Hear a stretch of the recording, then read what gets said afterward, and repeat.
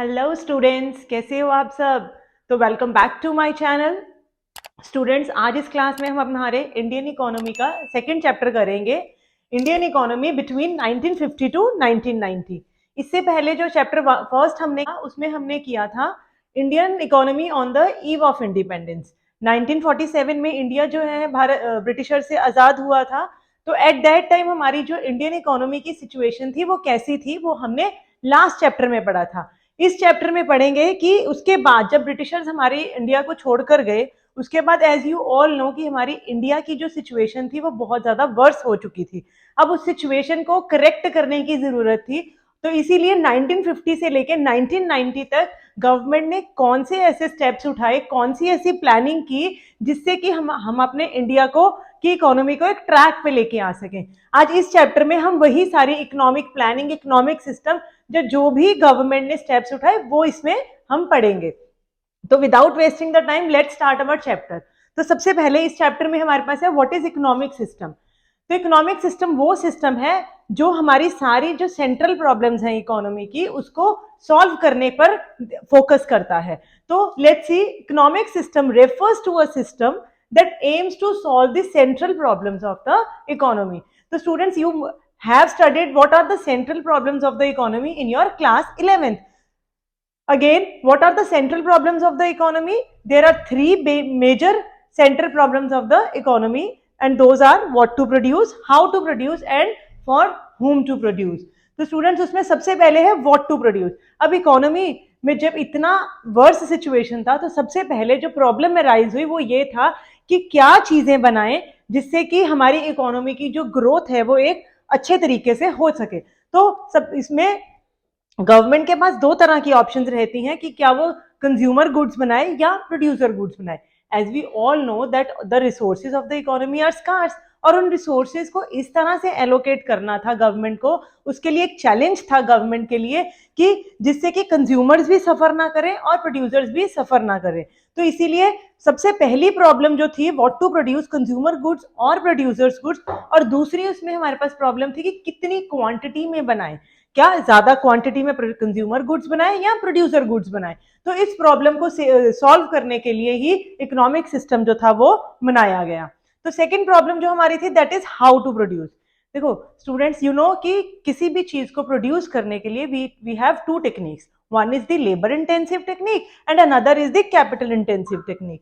तो what is labour intensive technique? Labour intensive technique वो technique होती है जिससे जो प्रोडक्शन होती है that is with the use of maximum labour, labour की यूज से हम चीजों को बनाते हैं।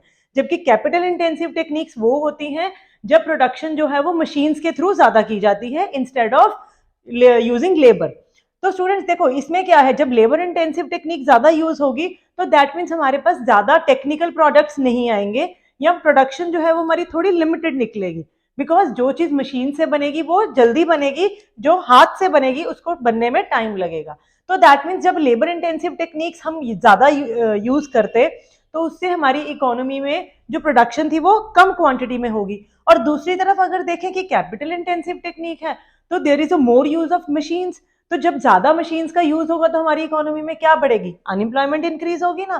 तो दैट इज वाई सबसे मेजर प्रॉब्लम दूसरी हमारी क्या थी कि कौन सी टेक्निक यूज करके प्रोडक्शन की जाए। द थर्ड जो हमारी सेंट्रल प्रॉब्लम थी that was the for whom to produce. अब किसके लिए बनाए, किस तरह की मार्केट को टारगेट करना था। इसमें बेसिकली गवर्नमेंट का मेजर पर्पस क्या था कि किस तरह की जो मार्केट है उसको टारगेट करे, क्या ज्यादा प्रोडक्ट्स रिच लोगों के लिए बनाए या ज्यादा प्रोडक्ट्स पुअर लोगों के लिए बनाए।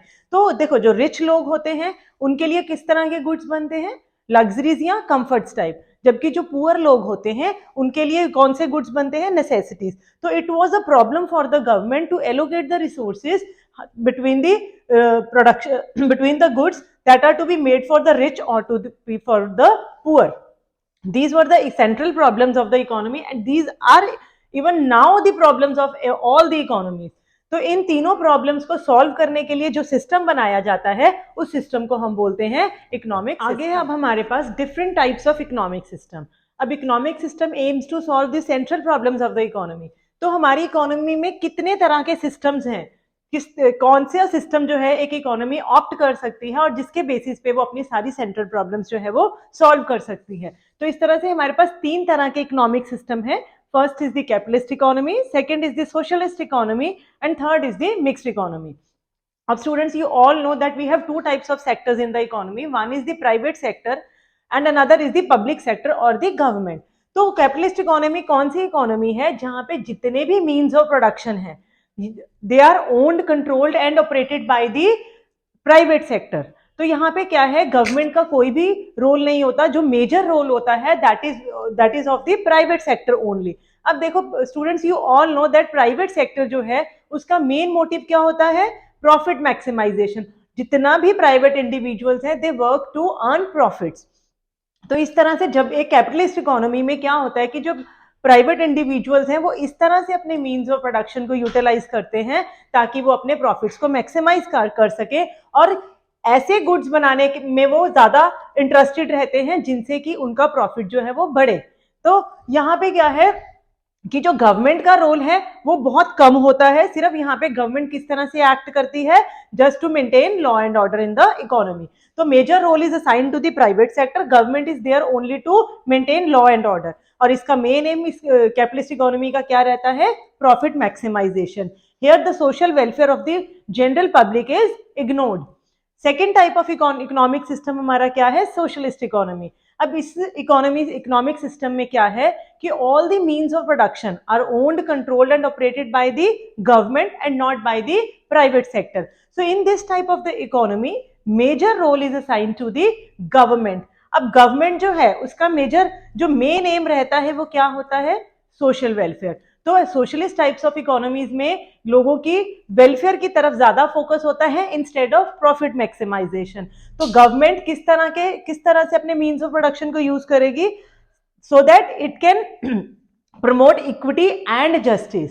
तो सोशलिस्ट इकोनॉमी में लोगों की इक्वालिटी और जस्टिस पे ज्यादा फोकस किया जाता है instead of profit maximisation and the private sector is given a secondary role.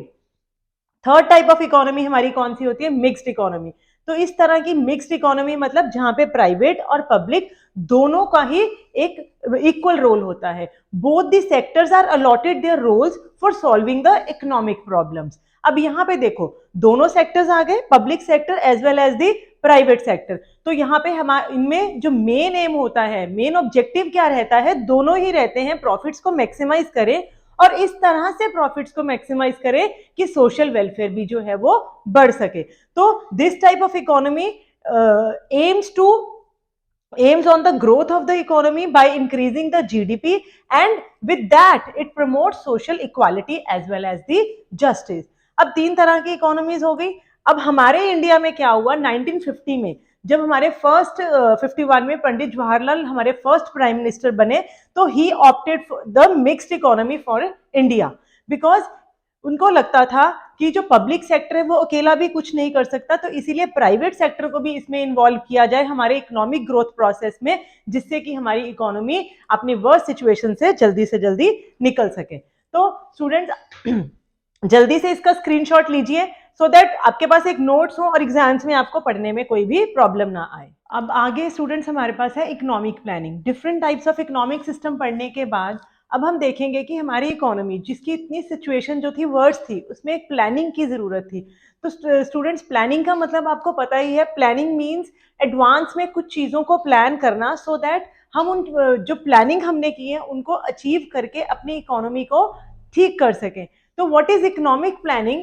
Economic planning का मतलब क्या होता है कि ऐसा system, it refers to a system जिसमें एक अथॉरिटी, एक सेंट्रल अथॉरिटी को सारी पावर दे दी जाती है कि वो अपने कुछ टारगेट्स को सेट करे कि उसको क्या क्या अचीव करना है. ऐसे कुछ टारगेट्स जो है उनको डिसाइड करे, जैसे फॉर एग्जांपल कि किस चीज को प्रोड्यूस करना है, कौन से गुड्स प्रोड्यूस करने हैं, कितनी क्वांटिटी में करने हैं, कौन सी टेक्निक्स इस्तेमाल करके उसको प्रोडक्शन जो है तैयार करनी है, अपने रिसोर्सेज को किस तरह से एलोकेट करना है सो दैट मैक्सिमम यूटिलिटी वो अचीव कर सके. तो ऐसे कुछ टारगेट्स को बनाना और उन टारगेट्स को अचीव करने के लिए उनसे रिलेटेड जितनी भी पॉलिसीज या प्रोग्राम्स जो भी चाहिए उनको सेटअप करना, ताकि हम अपने टारगेट्स को अचीव कर सके with in this specified period of time, कि जिस टाइम में हमने सोचा है ना कि उन टारगेट्स हमें अचीव करना है, उन तो सो दैट कि हमारा जो इकोनॉमिक प्लानिंग है वो फेल ना हो, तो that is called economic planning. तो स्टूडेंट्स अब देखो यहाँ पे इसका डेफिनेशन क्या है, it refers to a system under which a central authority like planning commission sets a set of targets. तो यहाँ पे सेंट्रल अथॉरिटी हमारी कौन होती है, गवर्नमेंट या planning commission, which was set up in 1950। तो sets a set of targets and specifies a set of programmes and policies. और पहले सरकार सेंट्रल गवर्नमेंट अथॉरिटी क्या करती है, कुछ टारगेट्स बनाती है, फिर उन टारगेट्स को अचीव करने के लिए कुछ सेट ऑफ प्रोग्राम्स और पॉलिसीज बनाती है, so that that central authority can achieve those targets, इन टारगेट्स को अचीव कर सके with the help of these programmes and policies within a specified period of time. तो जितना टाइम उसने सोचा है उसके अंदर अंदर वो, ताकि वो अपने टारगेट्स को अचीव कर सके, इस तरह से वो प्लानिंग करती है। तो स्टूडेंट्स हमारे जो इंडिया में इकोनॉमिक प्लानिंग को 1950 में उसका आइडिया इमर्ज हुआ, लेकिन वो रियलिटी में या इंडिया में कब आया, एक्चुअल में it came into force into 1951 में वो आया, जिस टाइम हमारा फर्स्ट 5 ईयर प्लान इनिशिएट हुआ इन 1951 से लेके 1956 तक। तो फर्स्ट हमारा जो 5 ईयर प्लान था वो आया 1951 से 1956 तक, and it lasted in 2007 to 2012 में। तो हमारा जो लास्ट 5 ईयर प्लान था, जो था 12th 5 ईयर प्लान, वो कब लास्ट में आया, 2007 से लेके 2012 तक। इसके बीच में स्टूडेंट्स हमारे पास कुछ एनुअल प्लान्स भी आते रहे हैं, जो अब देखो ये 5, यहाँ पे हमारा स्पेसिफाइड पीरियड ऑफ टाइम कितना है, 5 ईयर्स। तो गवर्नमेंट ने इन 5 सालों के लिए कुछ ऐसे टारगेट्स बनाए थे जिनको इन 5 सालों के अंडर अंडर वो अचीव करने की कोशिश कर रहा था। तो this all planning, economic planning जो था, it was set up by professor Mahalanobis under the chairmanship of Pandit Jawaharlal Nehru. Students अगर तुम्हें 1 मार्क में एक क्वेश्चन आता है कि जो प्लानिंग कमीशन था, when was the under whose chairmanship planning commission was set up, तो वहां पे हम आंसर करेंगे प्रोफेसर महालनोबिस। देखो हमारे जो पंडित जवाहरलाल नेहरू थे वो हमारे क्या थे, प्राइम मिनिस्टर थे। तो बाय डिफॉल्ट जिसको हम बोलते हैं कि जो भी हमारे प्राइम मिनिस्टर होता है वो चेयरमैन होता ही होता है, लेकिन हमारी इकोनॉमी की जो सबसे ज्यादा समझ थी वो किसको थी, प्रोफेसर महालनोबिस को। तो अगर तुम्हें क्वेश्चन में आ गया who was the first chairman of the economic planning, तो हमारा आंसर क्या होगा, प्रोफेसर महालनोबिस।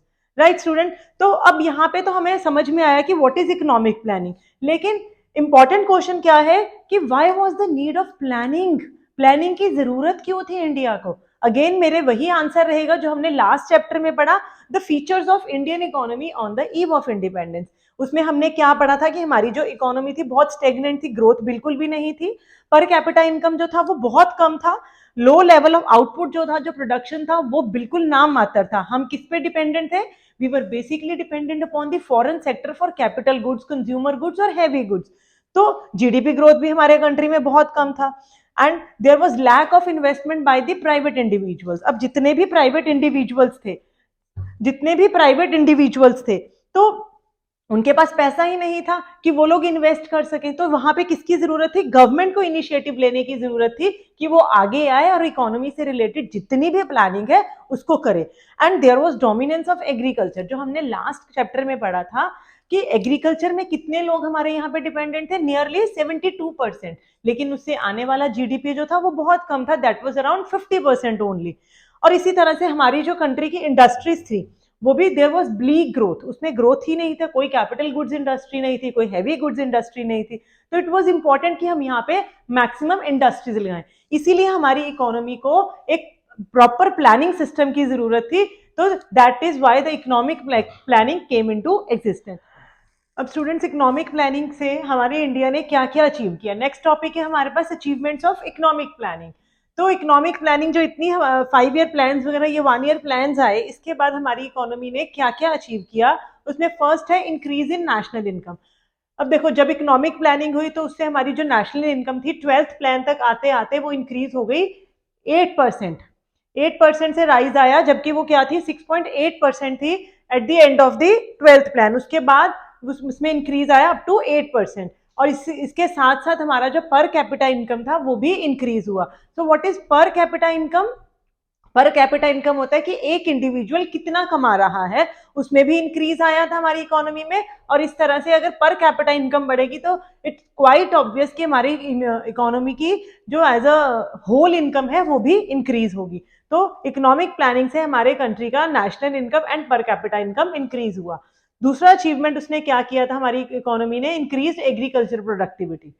हमने पढ़ा था कि हमारी एग्रीकल्चर जो था that was based on the uncertainties थी उसमें बहुत ज्यादा, और उसकी प्रोडक्टिविटी जो थी वो बहुत कम थी। लेकिन आफ्टर इकोनॉमिक प्लानिंग के बाद हमारी एग्रीकल्चर प्रोडक्टिविटी में बहुत ज्यादा इंक्रीज आया था, and that was due to the agricultural reforms. ये एग्रीकल्चरल रिफॉर्म्स जो है वो हम स्टूडेंट्स नेक्स्ट चैप्टर में पढ़ेंगे। उसमें हमारे पास 3 तरह के रिफॉर्म्स थे, लैंड रिफॉर्म्स थे, टेक्निकल रिफॉर्म्स और हमारे पास जनरल रिफॉर्म्स थे।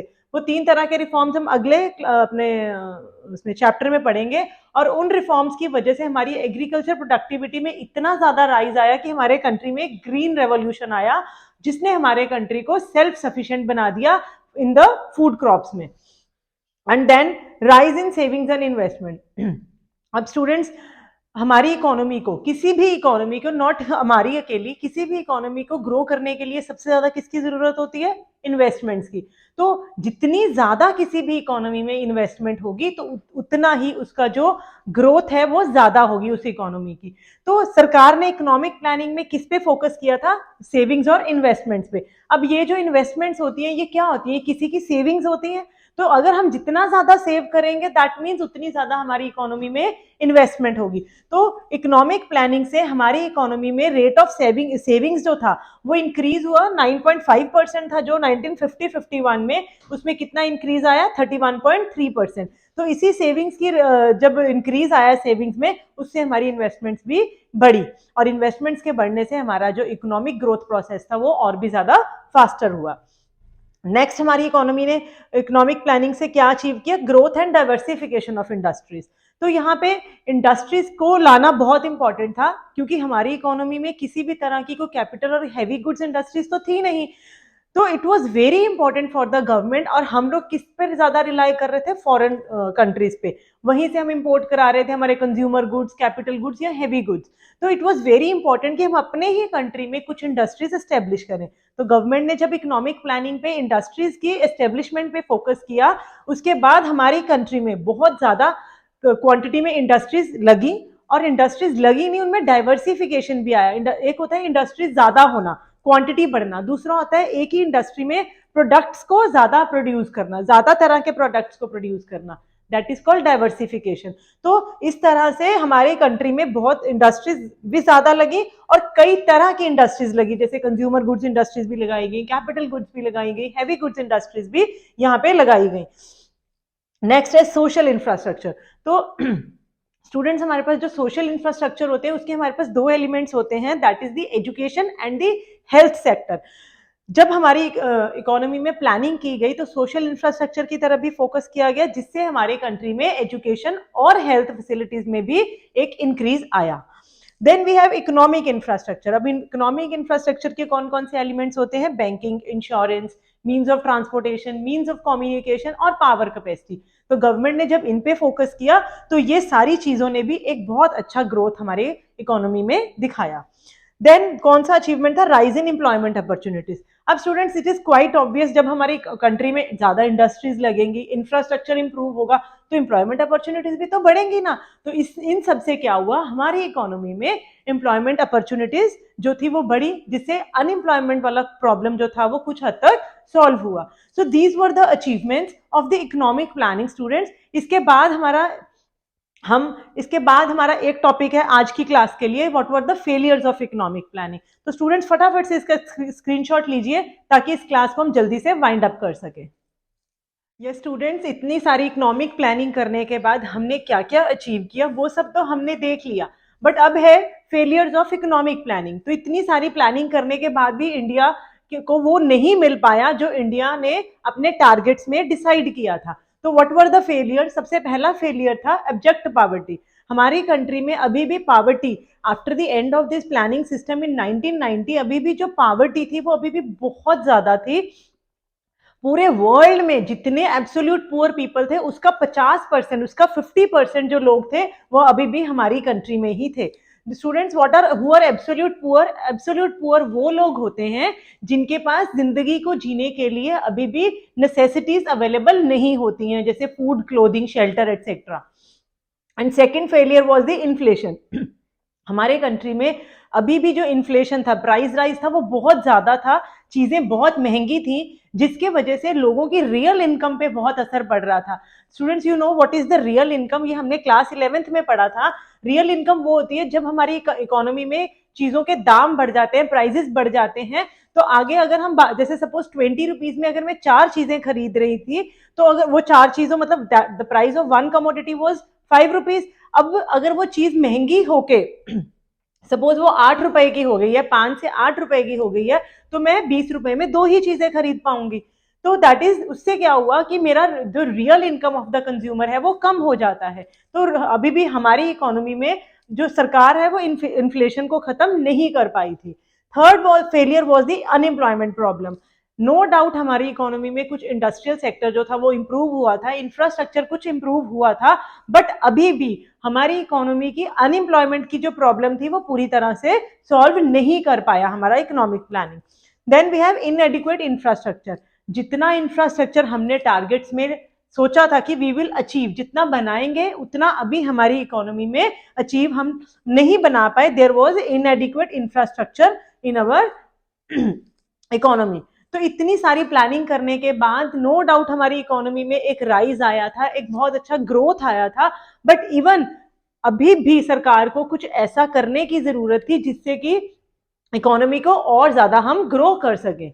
तो students, this was all about our today's class. आप इसका स्क्रीनशॉट ले लीजिए। इसके बाद इस चैप्टर को हम अगली वीडियो में कंटिन्यू करेंगे, जिसमें हमारा goals of the planning system रह गया है, वो अब हमारी नेक्स्ट क्लास में हम इसको कंटिन्यू करेंगे। तो students, this was all about for today.